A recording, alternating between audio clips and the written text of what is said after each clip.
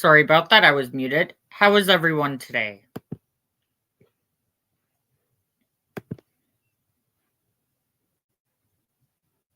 Let me know here in chat by typing in chat.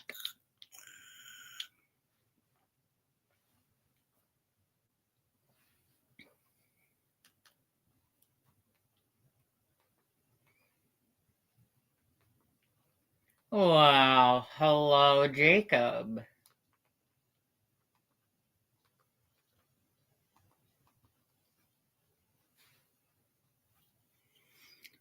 So, we are going to talk about the green hoodie theory. And we're gonna watch some videos. Just wait for a couple more people to come in and then we will get started. How is everyone's day going?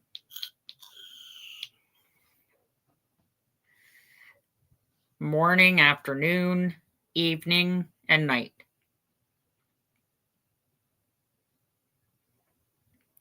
That's good.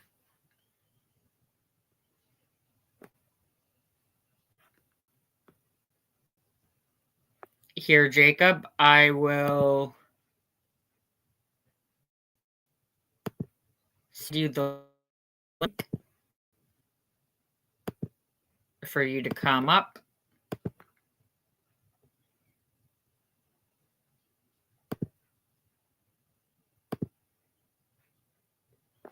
Here you go.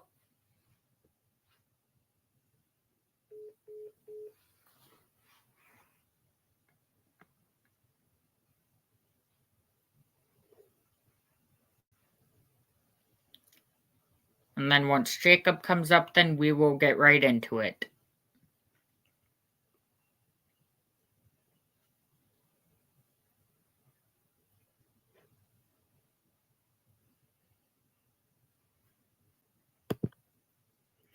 Finally, an actual name that I recognize. Hello. Hello. So, share screen.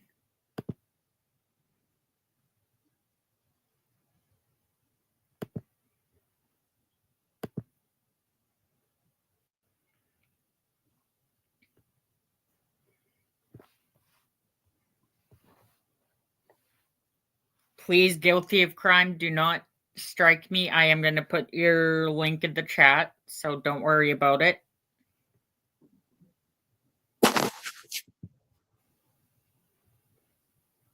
Why isn't she sharing those pictures and the information she has inside of the restaurant? Does she have a burner phone, you guys? What is going on? Like, that's what I want to know. That's why I think this is a big deal. And she sits across from him. Yeah, like he wasn't even there. I agree. Maybe she was irritated by him, but that's not the big part of this. Let's watch. That looked suspicious or out of place. But here is a thumbnail that they had released where it shows different things where they claim there's kind of an exchange going on, although I don't really there's clearly an exchange, but I don't see any kind of item that's being exchanged. Not to say Right, there me isn't, either. but I don't really Right see there. it. So the family X is about 623 So yeah, they don't touch hands, you guys. exchange right there. going on. He did a great job of, you see the light and the light. There's her hand, there's him. They're moving towards each other. Now Katie moves back this way.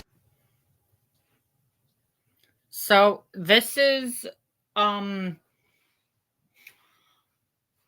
one video. Guilty of crime once again. I dropped your link in the chat. Please do not strike me. This is one of the videos I could find on the internet when I typed in green hoodie theory.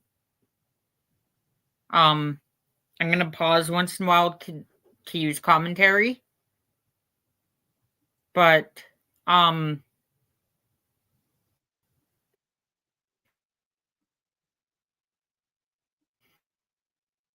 KP moving green hoodie going towards the entrance, right? So here, we're gonna watch some more. I ends up coming back this way around the front of the car. So what was that? What were they? Was he just walking in the car to get something, and then he opened the door and she needed to move to let him through? That's what I want to know. She's looking for Patrick Swayze at the Roadhouse. Could be. Again, thank you, Synth, for the 5 Guilty of Crime memberships. You can't see her right hand, but you can see her left hand. Okay. All right, let's keep going. That could be nothing. Although I don't really, there's clearly an exchange, but I don't see any kind of item that's being exchanged. Not to say there isn't, but I don't really see it. So the family X is about 623 here. They are up in this top right-hand corner, just behind this guy in the yellow jacket with the mask on. See, do you guys see the yellow jacket right there? That's another person that looks a little bit sus. Now, as we can see, we'll pause it right here. Now, there's a hoodie guy. So first things to point out is we can see that Katie's parked in a handicap spot, and these 2 spots are handicap spots. And now there's a guy between the driver's side and the passenger side of the 2 vehicles. Obviously, this vehicle here is Katie's vehicle. Now, this could be 2 scenarios, possibly more, but the 2 main theories is this could be just an innocent explanation where one person's exiting and another person's trying to get in, but the lane is so small that one is waiting for the other. But this is where, again, that could be. So the green hoodie guy was around here somewhere, and also there was a yellow jacket person around here somewhere as well. So could be a nothing burger, but we gotta look at both sides and all sides, because the bottom line is Sebastian's still mysteriously missing, and Katie sure isn't filling in the blanks. I mean, when your son or your child goes missing and you say, well, I heard a thud and then he was just gone, and then that's it. Clark, a lot of people made a big deal about that. Why did Katie have a handicap parking? WTF? Why did she have a handicap parking? Was she saying Sebastian is handicapped and she needs help to get him to they can't walk to the entrance? What's the deal with that? I thought he was overly active and overly whatever. Why is he handicapped? Is that what they're saying? All right, so Sebastian's considered handicapped is what you're saying? Okay. All right. That's interesting, because she does act like that. Where it kind of gets weird, because that doesn't actually happen. And you can see that they clearly know that this guy is between the 2 vehicles.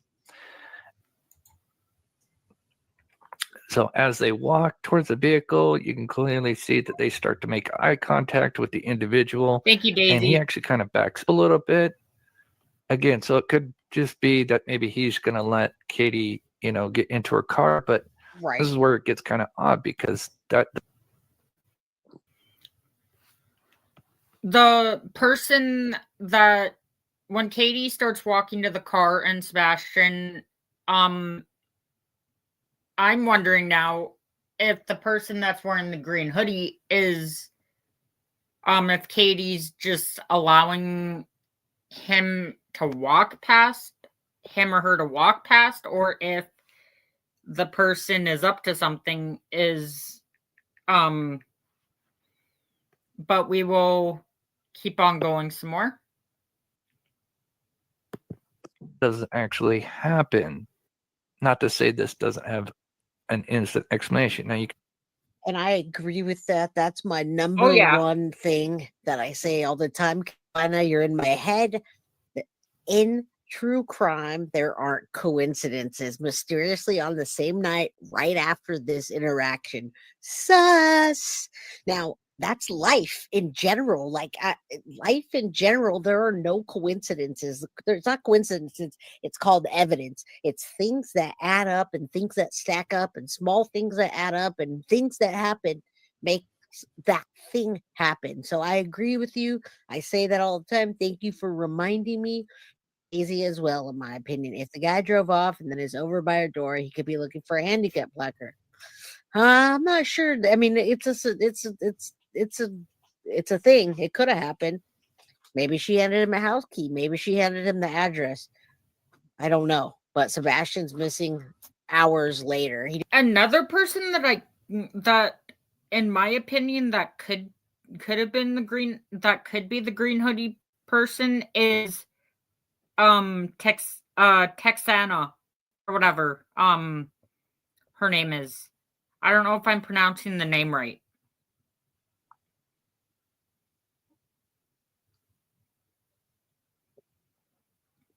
Wait, who?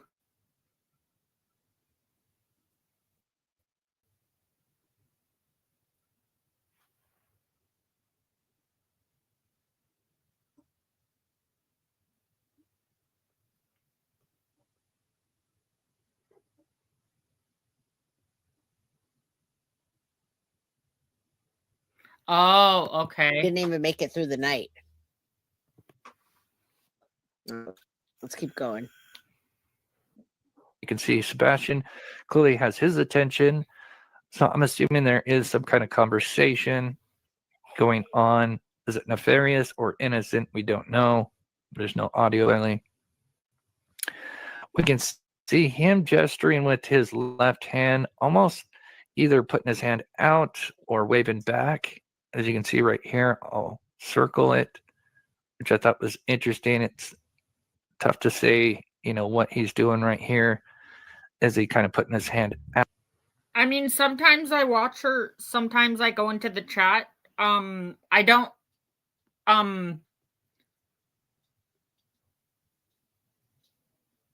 all I do is follow up with the cases that she's sharing as well.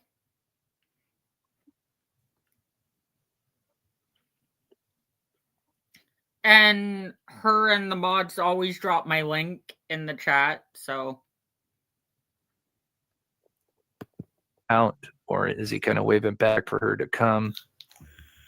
I mean, Sebastian's on high alert right there. Look at him. He's watching that. And He's she like, puts her left there? hand and kind of puts it on the vehicle.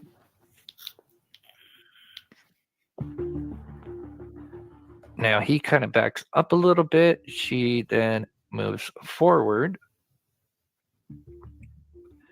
And this is where I thought, okay, well, maybe he's just allowing her to get in the vehicle. And then we'll wait for. So my opinion on what happened, Jeep Sahara, is that something bad happened to Sebastian. They did make it home, but something happened that night in that house. Something happened to Sebastian. And the next day when Katie called and he went missing at 11:17 a.m., he was gone. His body was gone. He was gone. I believe that sound that she heard at night, something happening in the house, a tussle or some kind of noise. Yeah, it was. In my opinion as well, with this whole case, I'm pretty sure with the way CP, with not allowing certain people on the property, I'm wondering if Sebastian is somewhere on the property that no one knows about, in my opinion, and allegedly.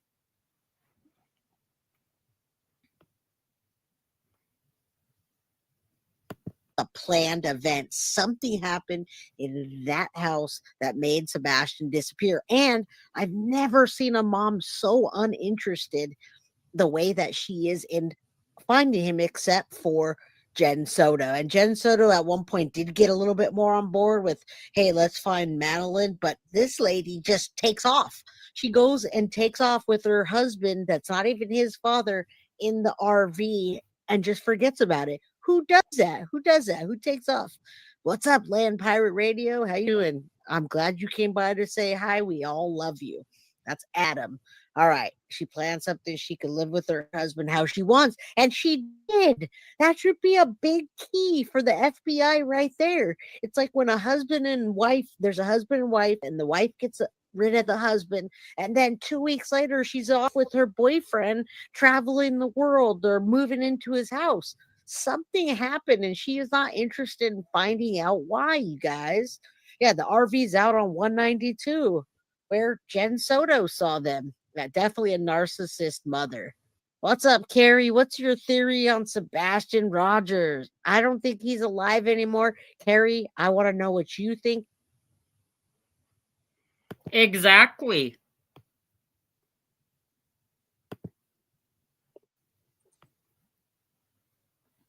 It's very suspicious, all of this.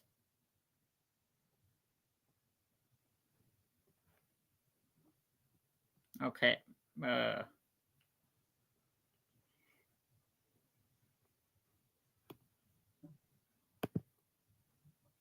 Just 1 minute.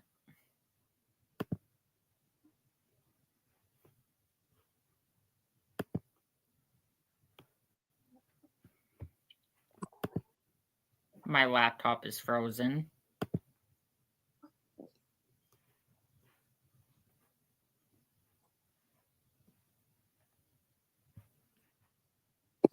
Okay.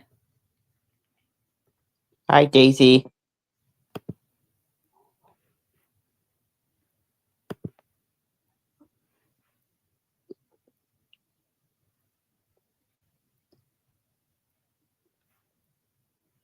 Now.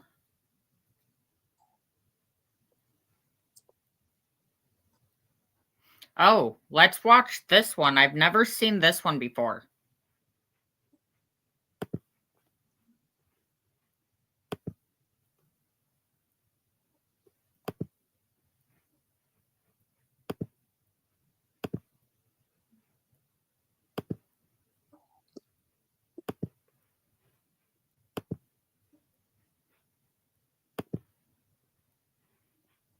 No, not this one. This one.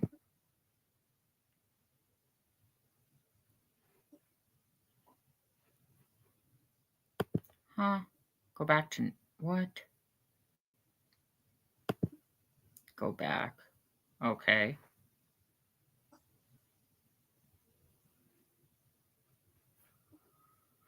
That's not working.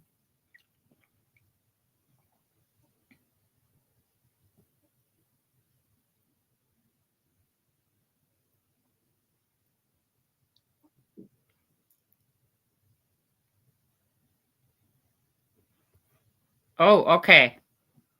Let's watch this. If I can even find it. Okay.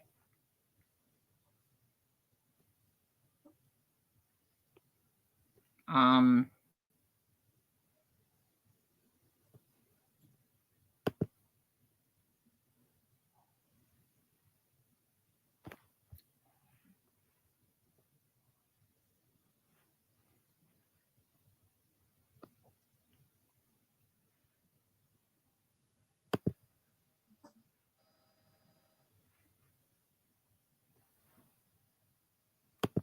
Video has no sound. Sorry, guys, just hold up.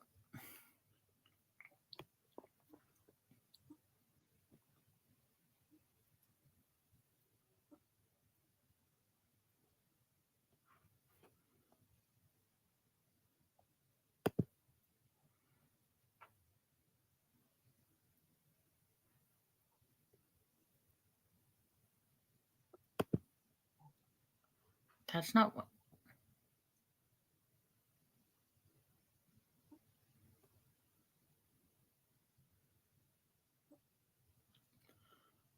See, there's so many.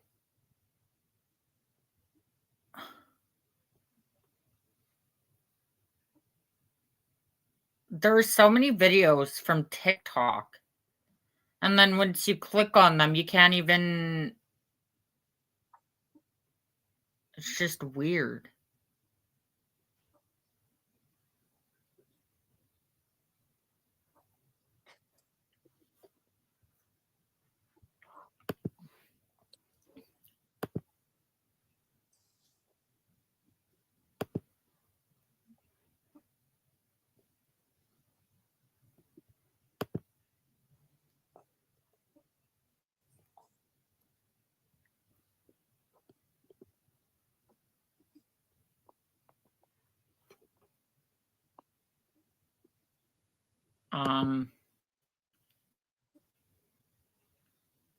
Either Jacob or Daisy, if you can you drop the link for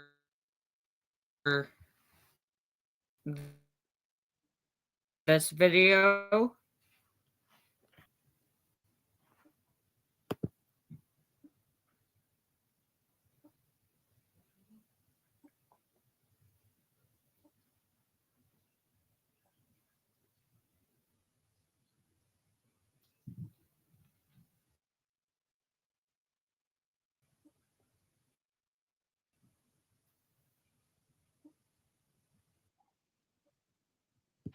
Let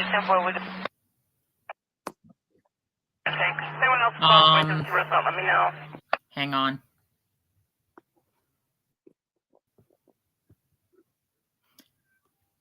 It is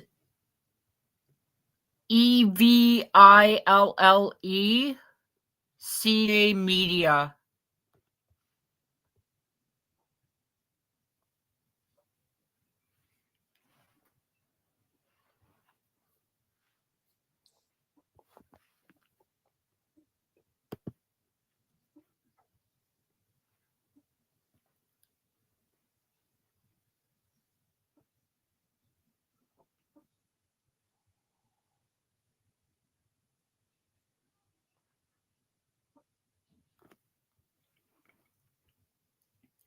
Yeah, it's Evil CJ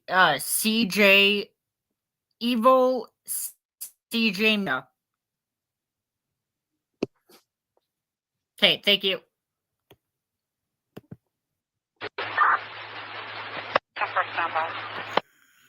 All right, let me share this first with you. Now, I'm going to revisit something we brought up last night because it's important about something else that I'm going to show you here in a second.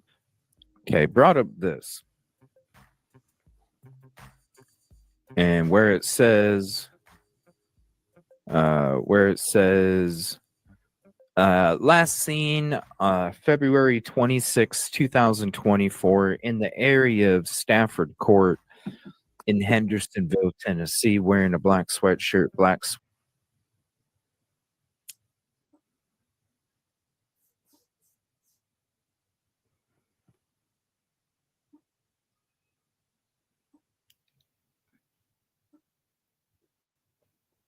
Has he striked anyone before?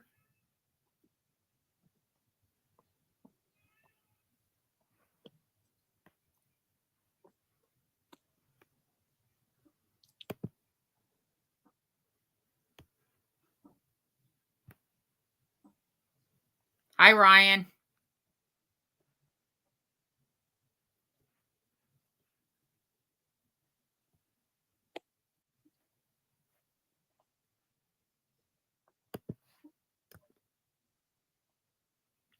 Okay, let's go to YouTube. I can search stuff up on YouTube.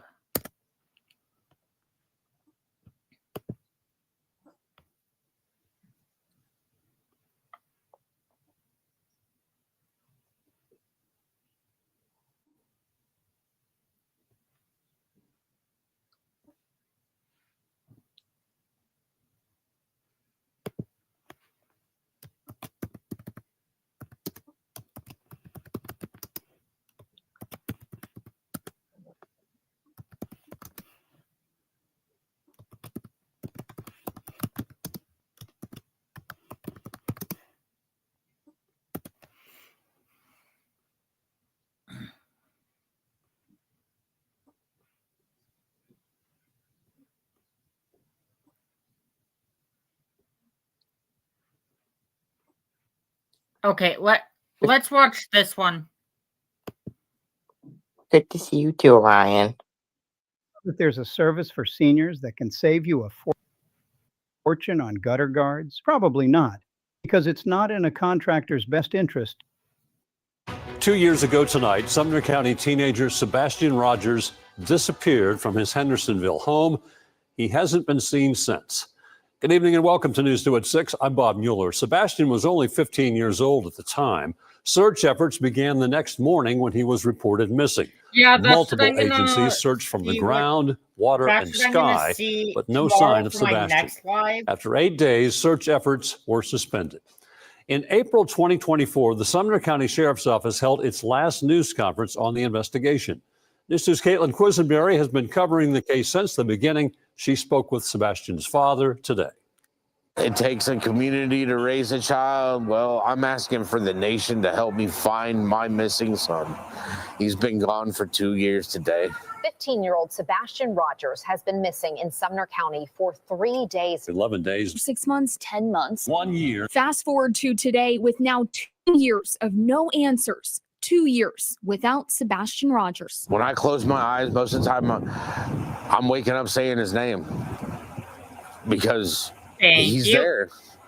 He's there. I close my eyes and he's there. Sebastian turned 17 years old in December. Holidays and special moments he should have spent with his family have come and gone. Sebastian is a bright light, fun, energetic, mischievous at times, but what kid isn't? For Sebastian's father, Seth Rogers, he says his days look much the same. You know, asking people to hand out flyers, talk about Sebastian. If you have anything to send the tips in. The days are long, the years are quick. Today, community members are holding up signs and demanding answers outside the Sumner County Sheriff's Office. His father asking that the Sheriff's Office step aside so the FBI can take over the case after he says the family has had no answers after 2 years. Yeah, definitely they do need to bring in the FBI because obviously the sheriffs are not doing anything, and they just need to bring in the FBI, I'm pretty sure, in my opinion.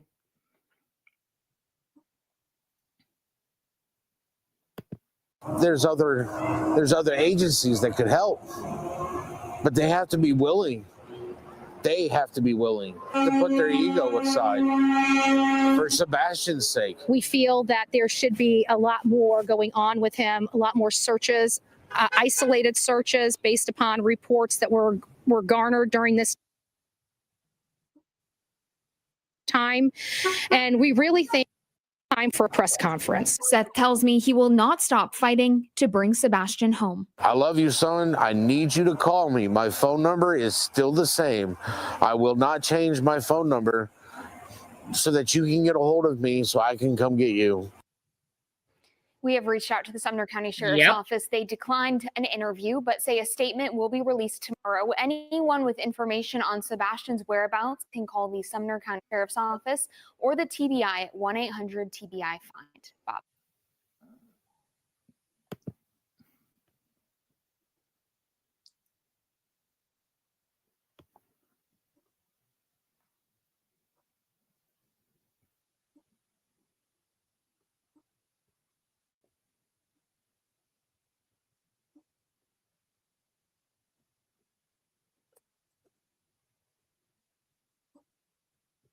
The Cold Case Collective.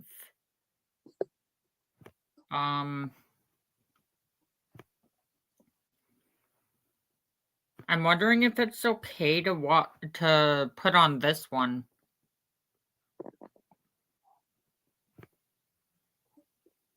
Yeah, which is stupid. Why would she? Obviously, that's just wrong. I don't think she wants him back home. In my opinion, and allegedly. 2 weeks ago, Sebastian Rogers case overview. The Cold Case Collective.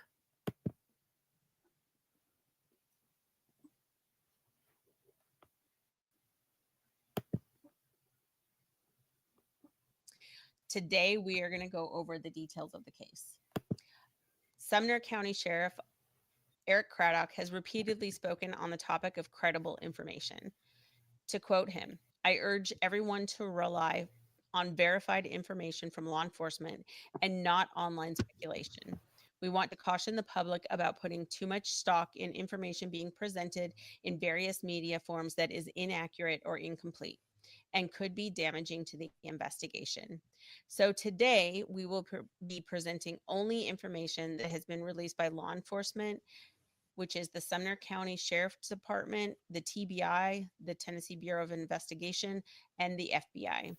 In future episodes, we will cover additional aspects of the case, such as interviews Jacob, with can the you find that parents link and and put it in theories the... that have been developed.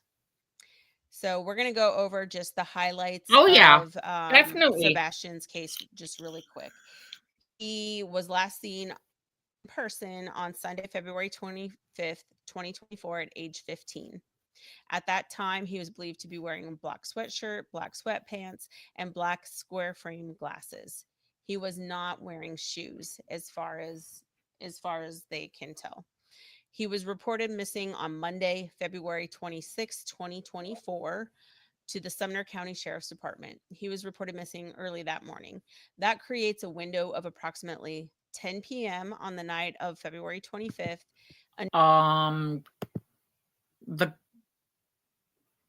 The Cold Case Collective from YouTube.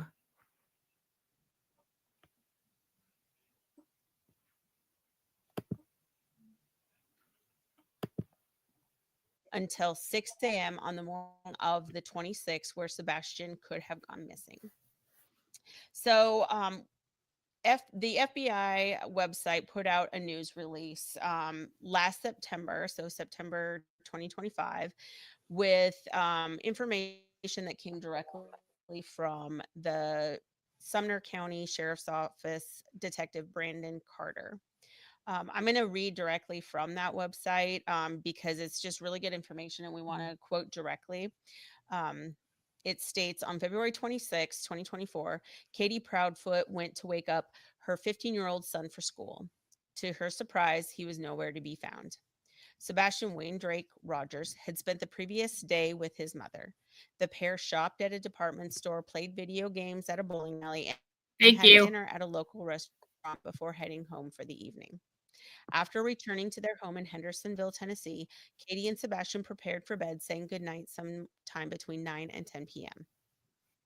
Katie told us a little bit before 10 p.m. she heard a loud and Ryan coming from Sebastian's room, so she yelled out to him if he was okay, to which he responded that he was, said Detective Brandon Carter from the Sumner County Sheriff's Office. She told him to go to bed because they had to be up early for school the next morning. In my opinion, the whole reason why KP noticed that Sebastian was missing is because she's the one who allegedly, and in my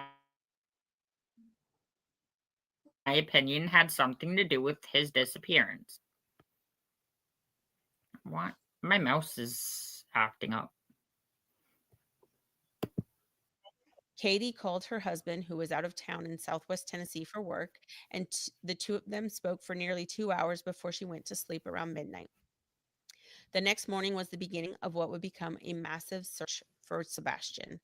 Katie called her husband and told him that she couldn't find Sebastian, that he wasn't in his room or anywhere in the house. Katie got into her car and drove around the neighborhood. Sebastian's school, which was less than a mile away from their house, searching for Sebastian before returning home. During this time, her husband called the local emergency communication center to report Sebastian as missing. Sebastian did not take any clothes, shoes, money, food, or his cell phone, said Carter. His cell phone and cash were both lying on the dining room table where they had been the day before when he went to bed.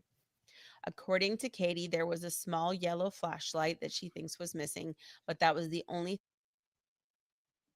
thing that appeared to be gone. The first week in the search for Sebastian was a massive and interagency effort between the Sumner County Sheriff's Office, the Tennessee Bureau of Investigation, Emergency Management Agency, Hendersonville Police, Gallatin Police, Tennessee Highway Patrol, the FBI, Metro Police, that's Metro Nashville Police, Wilson County Sheriff's Office, Sumner County EMS, Sumner County Emergency Response Team, and several other agencies throughout Tennessee.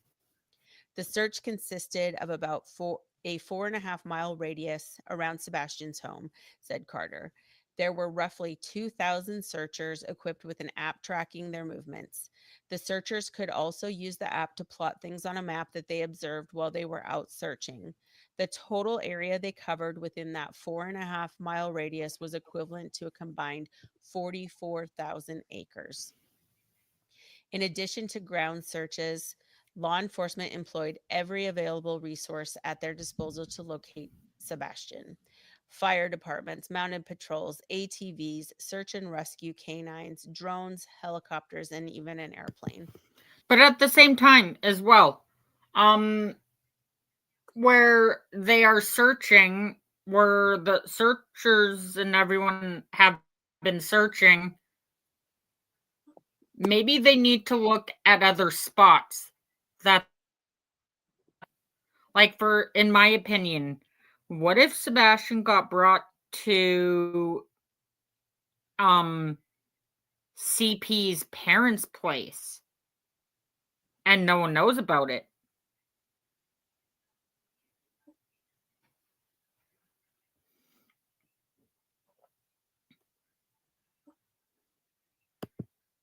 During day 2 of the search, the Sumner County Sheriff's Department reached out to the FBI for assistance in specific resources that could potentially help find Sebastian, who has high functioning autism. I contacted our FBI abduction rapid deployment team for initial consults, and they brought in the FBI Behavioral Analysis Unit to assist, said FBI Nashville Special Agent Robert Barrett. The BAU shared a statistic that about 50% of autistic children are prone to wander. They are also naturally drawn to bodies of water, and 71% of fatal outcomes involving missing autistic children were a result of drowning. That information helped us focus efforts in and around bodies of water. The search team drained ponds and searched waterways and lakes looking for Sebastian. In addition, law enforcement searched almost every home in the neighborhood. Video recordings from nearby homes and a dashboard camera in Katie's car showed that Katie and Sebastian didn't leave the house after their return home from dinner, and that no other cars were seen coming or going from Katie's home during the evening and early morning hours of the night or day Sebastian disappeared.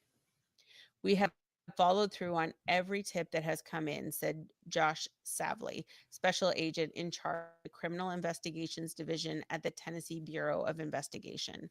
Some of those tips we continue to examine at a deeper level, but the vast majority we have cleared as either being irrelevant or yeah, that's what I'm thinking too. Either an arrest or they're gonna find out, in my opinion, they're gonna find out that it was CP and KP that were involved. Because who else would it have been? And the fact that her dash cam went off within 6 minutes after leaving Texas Roadhouse? Yeah. No one's dash cam automatically stops working like that.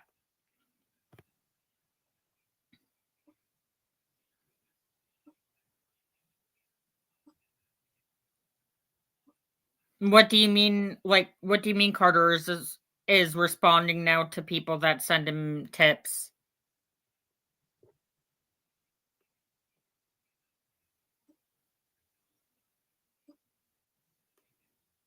What is Carter responding about?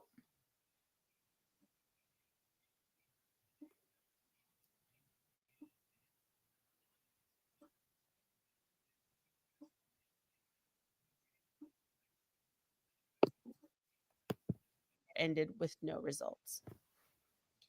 Sebastian's disappearance has deeply affected our community, said Carter. We understand the desire for the community to want answers and for us to explain every step okay. of this investigation, but we can't release all the case details without risking the integrity of the investigation. We ask that the community refocus Well, on at what least he's matters most, responding and now. that's finding About time, Sebastian. in my Staying opinion. united and supportive will bring us closer to the answers that we're looking for. Sebastian was 5 foot 5 inches tall and around 110 to 115 pounds when he went missing. He has brown hair and eyes that look hazel or brown. He would now be 16 years old. At the time of this article, Sebastian is now 17 years old. Sebastian has medical conditions, including autism, that may impair his ability to return safely without assistance. The FBI is offering a reward of up to $50,000 for information leading to Sebastian's whereabouts. So, also in this article, Bree, there was two rumors that they addressed in the Sumner County Sheriff's I Office. think I am. I would have to go back and check. Disproven two popular rumors and theories that have been circulating on the internet. Would you like to present those and kind of go over I cannot those remember theories that for have been sure. disproven? Yeah, definitely. So, what I like about this is that we know for sure that these are not true. And so that kind of helps cut down a lot of that internet speculation that you had talked about in the beginning. But the first one was the flashlight theory. Essentially, cameras from neighborhood houses picked up backyard of Sebastian's home and noticed that there were two lights that were kind of moved in the backyard the night that he went missing. And so a lot of people thought that that was proof that, you know, the mother thought Sebastian had that little yellow flashlight, and then perhaps the person who took him also had one, and that was proof that that's how they left. However, the FBI basically said that through topography mapping and looking, kind of comparing it with different sorts of lightings, that essentially those two lights that we thought were flashlights were actually just the headlights of a truck that were was flickering through the trees like 300 feet away, nowhere near the backyard. So that's first big one. The second one was the person in the green hoodie, and essentially at the restaurant that Katie and Sebastian and I went to that night, there was footage from the restaurant where this man in a green hoodie comes up to Katie and they have a brief conversation, and then he leaves. And the idea was this was them kind of conspiring against getting rid of Sebastian. However, the man in the green hoodie is actually a regular at that restaurant. They were able to locate him really quickly. My computer and keeps he on was freezing. actually coincidentally wearing the green sweatshirt when Right. they found him. Right. So it made like for a really fast ID. And essentially, they said that he was eliminated as a suspect. He is not a person of interest any longer. Yep. There wasn't a whole lot of details about why or why not, but definitively the FBI feels confident that he is not the potential perpetrator. So, Yep. So as I said before, we're going to kind of we're going to do another episode where we're kind of talking just about the interviews, because there's been so many interviews with Chris and Katie Proudfoot. Katie is Sebastian's biological mother. Chris Proudfoot is her husband and Sebastian's stepfather. And then also with Seth Rogers, who is Sebastian's biological father, who had shared custody of Sebastian. So we're going to really kind of go through those interviews and pick out, some, highlights from those and kind of discuss those and go over those. But we'll do that in a future episode. And we're also going to go through some of the theories and kind of address those and discuss those and, see why they may or may not be feasible with the information that we have. So, just quickly, we're going to kind of go over what has been done so far. A lot of this was done anytime, especially a kid goes missing, those first few hours, the first couple days are critical. I mean, I've been involved in searches for missing children, and it's an all hands on deck. Everybody, everybody comes, everybody's looking, everybody's searching, and that includes the neighborhood. People will be out walking in the streets looking for these children in places that you'd think, oh well, they're out riding their bike or whatever. Kids will hide in the craziest places, right? So especially younger children, they get scared, or they go, want to go down to the creek, or I they don't want to. think Sebastian is hiding, though. In my opinion, he's not hiding anywhere. And that's a natural, thing for kids to do. But in Sebastian's case, like, one, he was a little bit older, he's 15. So he's probably not as likely to be going and like hiding in places, but they did send people out to go search. They asked all the neighbors, please go look at your sheds. If you have boats, check under the covers. They went and, implored all of the neighborhood to just check their property, and they were asking them to do it twice a day, especially in those first few days, that first week, because it's February. It's cold. February here right now. It's Nashville just had this epic snow and ice storm. Over 200,000 people without power. And I don't recall what the weather was like that February. I know last February we had a couple weeks towards the end of the month that were just extremely cold.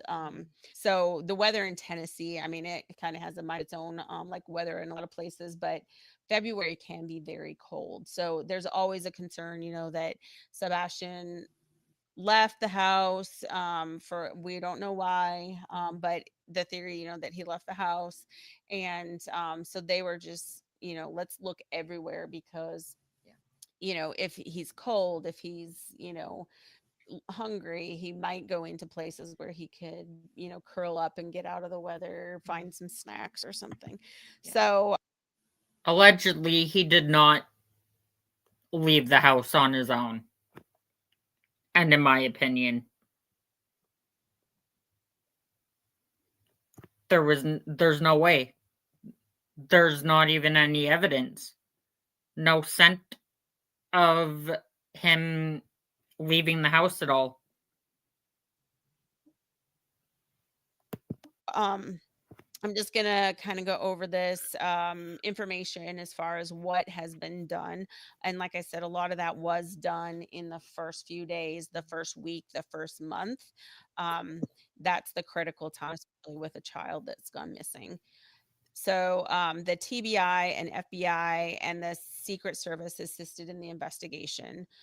We mentioned all of those other agencies that also were involved in the search. So a lot of the local neighboring police departments, sheriff's departments, a lot of different agencies were coming in and helping with those ground searches. So in the first several days after Sebastian was reported missing, multiple law enforcement agencies conducted ground searches to cover over 2,000 total miles. And that was just in the first several days. Bloodhounds are also used in the ground searches. And there was a lot of talk about dogs, and maybe we'll get to that like in future episodes. But initially, the bloodhounds, which are, just known for being tracking dogs, were used in the ground searches because, if Sebastian had climbed out his window and traveled from the house, those bloodhounds, should have picked up his trail from the house. But that, a faint one from him from the day before, from a couple days ago, could have, also area searches were conducted with helicopters, and a fixed wing plane. These searches were done on multiple days, and they used thermal imaging technology as well. And that's something a lot of police and law enforcement helicopters these days have the technology of the thermal imaging, which is great, because if Sebastian is out in the woods, or he fell and he, broke his leg and he can't get out, that heat image. That's also what I'm thinking as well, Daisy, is that it was either KP or KP's friend, or if, yeah,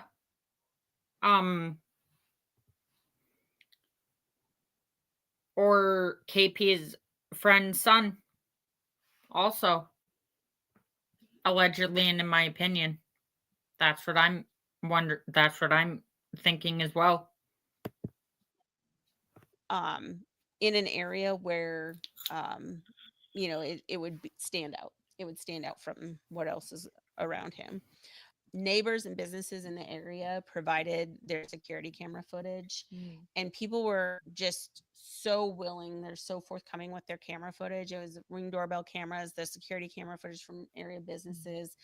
Everybody was just really cooperative and willing to provide that, so that they could, hopefully pick up something that would give some insight as to what happened to Sebastian and where he went. It was analyzed and enhanced when it was possible by experts at the TBI, FBI, and Secret Service. Camera quality is getting so much better these days. You could be correct. Incredible, the amount of detail in it.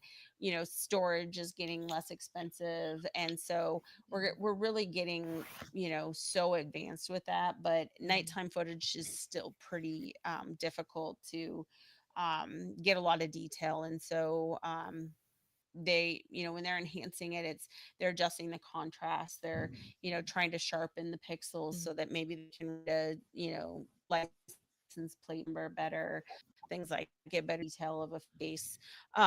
Cell phone data has been analyzed as well as other available digital evidence. Data was collected from Sebastian's gaming system and analyzed, and nothing. So basically, after they've gone through all of this, and this is again, like we keep mentioning, it's almost 2 years. It's going to be 2 years, 2 weeks from today, when Sebastian went missing. So they've had time. They've had time to go through all of this stuff, to go back through it, and nothing of evidentiary value has been found from this video and digital evidence, according to the TBI. So huge. One of the things interesting too that they mentioned was that Katie has a dash cam in her car, and I'm not sure if it's one that's like integrated with the system and maybe has a GPS attached to it, but basically they said, based on her dash cam, that she didn't move after they came home from dinner. Right. So it's, she didn't, leave in the middle of the night and then come back. So it doesn't show that she left until she left in the morning searching for Sebastian. And then I know that they searched the cell phone data for, they did confirm that Chris Proudfoot, Sebastian's stepdad, was in Memphis for work. So, and then the cell phone data, I think, backed that up, because they had that conversation after Sebastian went to bed that night. But I believe that Katie provided her cell phone, any tablets, computers, pretty much any digital evidence that could be collected. I believe that she cooperated with all of that. And then like Sebastian's gaming system and all of that. And they're saying that nothing of evidentiary value came from any of that. And that's pretty significant. Very. Is there anything, I guess, that kind of stuck out to you as far as just what the FBI, TBI, and Sheriff's Department have disclosed, and like basically just about their what they've covered and how their investigation was handled? Well, to go back to what you said about Katie's dash cam from her camera. And also, before we finish off with this video, I'm gonna drop a link in the chat. If anyone would like to donate, it would be very much appreciated, but it's never expected. I'm dropping my PayPal link in the chat. Again, if anyone is wanting to donate, it's very much appreciated, but it's never expected.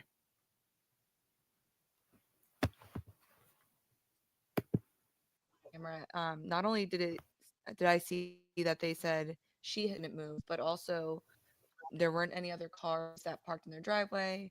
There weren't even any cars that parked even within like the diameter of their house. So it's not, and I think that that's really important too. There just wasn't anybody there. And so sometimes the lack of evidence is evidence, and so I think that that's really interesting.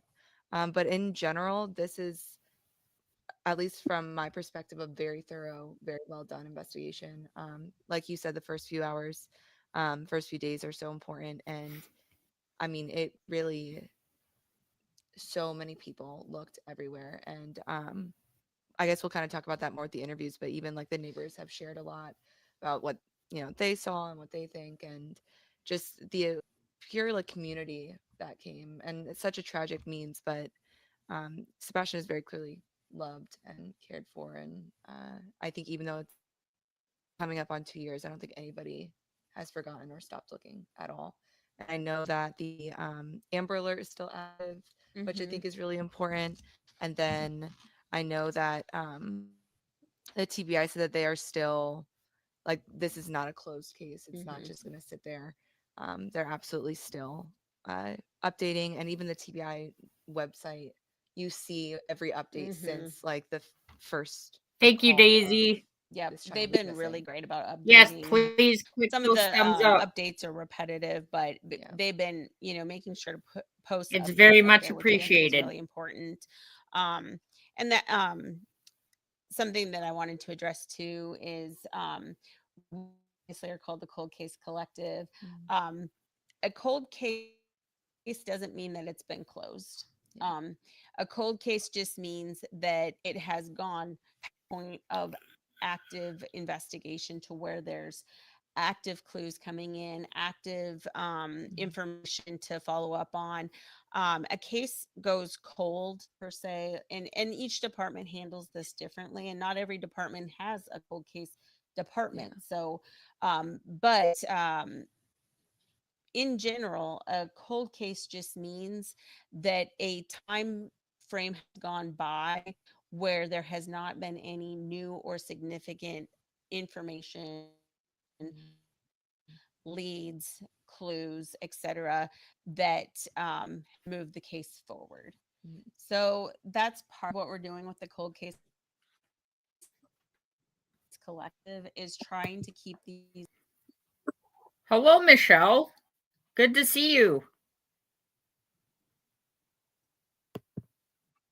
Of these victims in the public, so that those clues and potential information that could move the case forward can still come in. So we don't want a cold case get to a point where it's been 20 years and there hasn't been any new information. That happens all the time though. And with advancement in technology, we're seeing cases close that have it's been 30, 50 years, which is amazing. And I mean, the technology that we have today, even like when we're talking about this case, for example, like we know where Katie was, because of her cell phone and her car. We know that Sebastian's cell phone was on the counter. He didn't take it with him.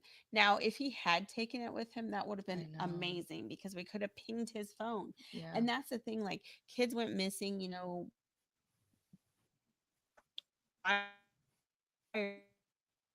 all they can ping their phone. And if it's a missing endangered child, like Sebastian, thank you, Michelle. I appreciate it. That's a continuous ping. So I think it's like every I think you can request different intervals, possibly, but it would be like in every 30 minutes you're getting a fresh ping. It might actually be even every 5 to 10 minutes you can get a fresh ping, especially if you're actively searching for somebody. So that's just amazing, because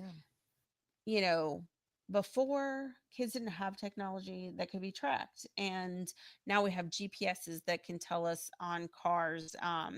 They're meant to be safety features, like the OnStar and stuff like that. But they also can tell you where it's located. Mhm. So if a car gets stolen, but also it can say, oh, well, this car left at 12 p.m. and went to this location Yeah. and then was back by this time. So all of that kind of gives us a lot of information Yeah. that we didn't have 10, 20 years ago. Well, maybe like 20, 30 years ago and on. But like you mentioned, the absence of information or data is also very telling. And Mhm. so the absence of information on Katie's car and cell phone, says that, yeah, she was home, Yeah. So anything else that's stuck out to you as far as I think that's pretty much it. Other than, and my last thing is really that, and to piggyback off what you were saying about technology, even with making sure ground is covered evenly, Mhm. like they had technology Yeah. following them so they could literally mark where people have been and where they've Yeah. looked. And so now you have a much more efficient Mhm. process for searching. And that Yeah. I think is incredible as well. I'm glad you brought that up because that was something that I thought was so cool too. Mhm. Is that they actually had those apps. And Mhm. so there's different techniques for doing ground searches. So there's different like patterns that people walk and stuff.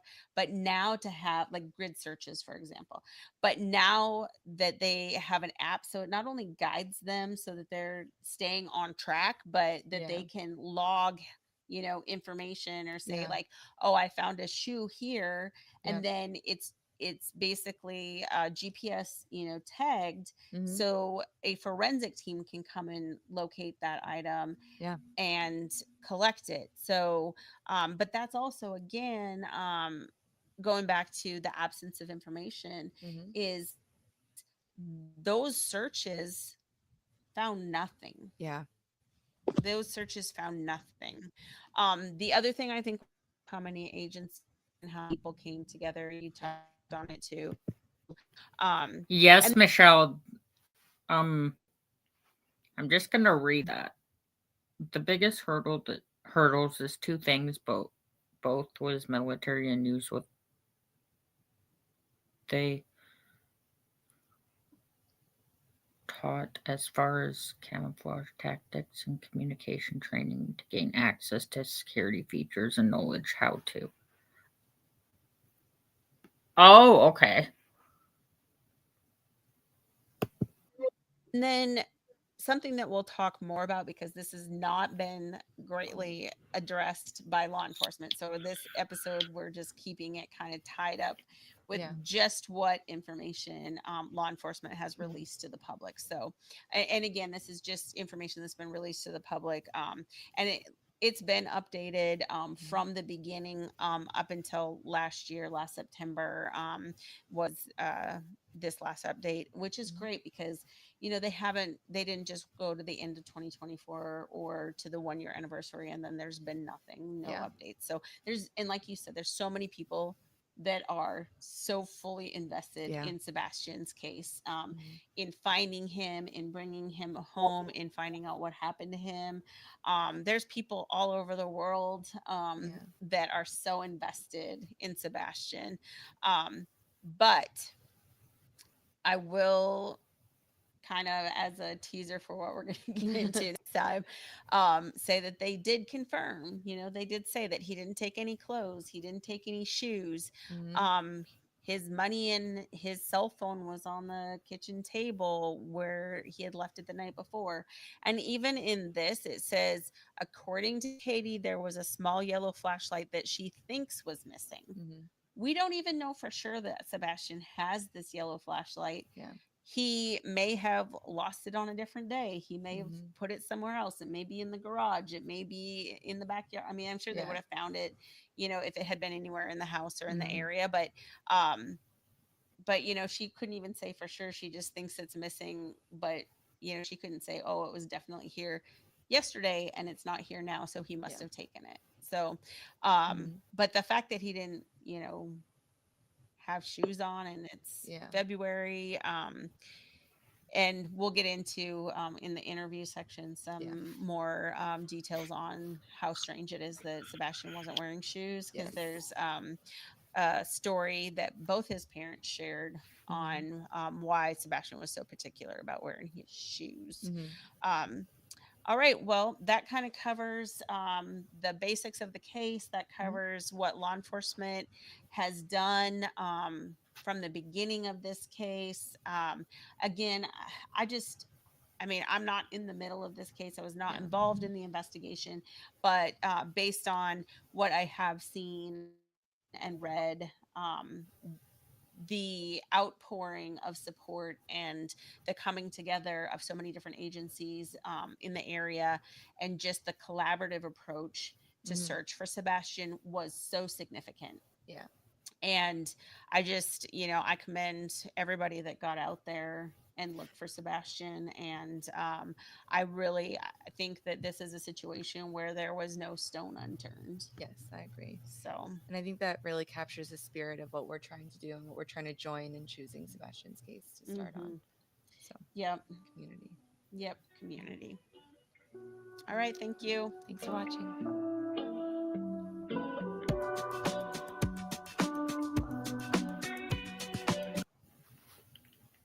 And then I think we're going to watch one more video.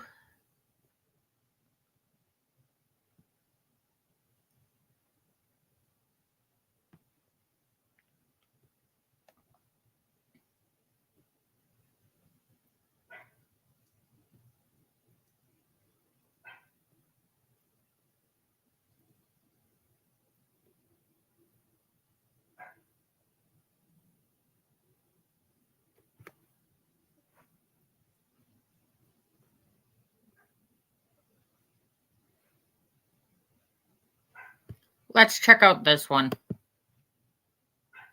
Him. Sebastian Rogers has autism and disappeared from his mother's home northeast of Nashville in February of last year.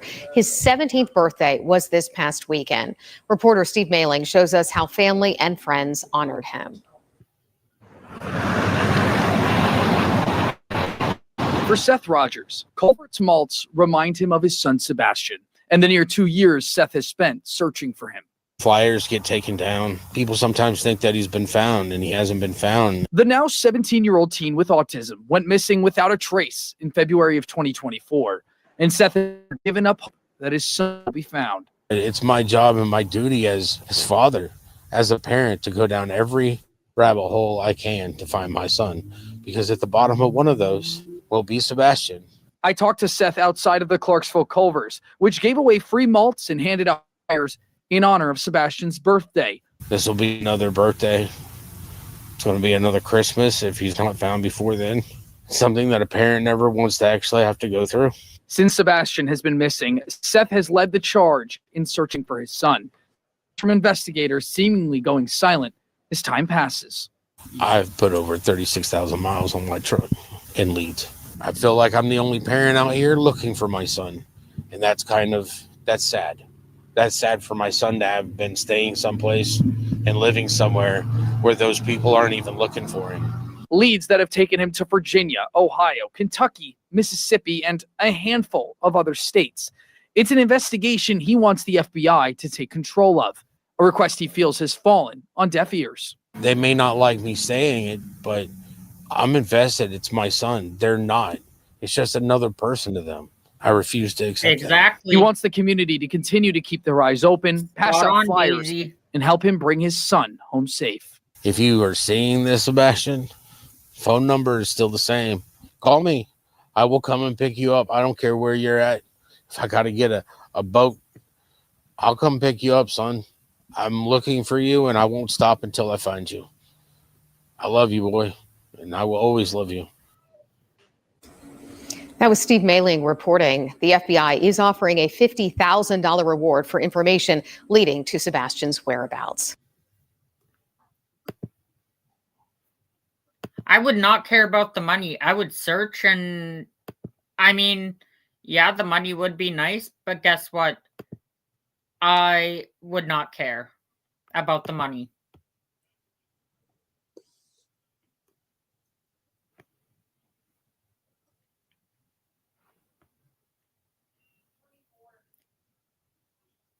So, I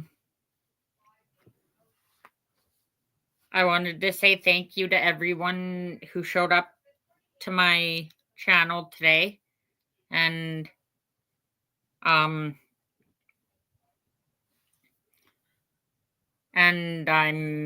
very happy that with how my channel has been growing so far, and I hope that there's more and more people that come back. Thank you, Daisy. And again, if you like this channel, if you like my channel, share my channel wherever you can. Subscribe, whoever's out in the bushes who have not subscribed, and also click the thumbs up on your way out. And until next time, Thank you for having me on panel, DJ, and good job on your live. You're welcome. Bye bye, everyone.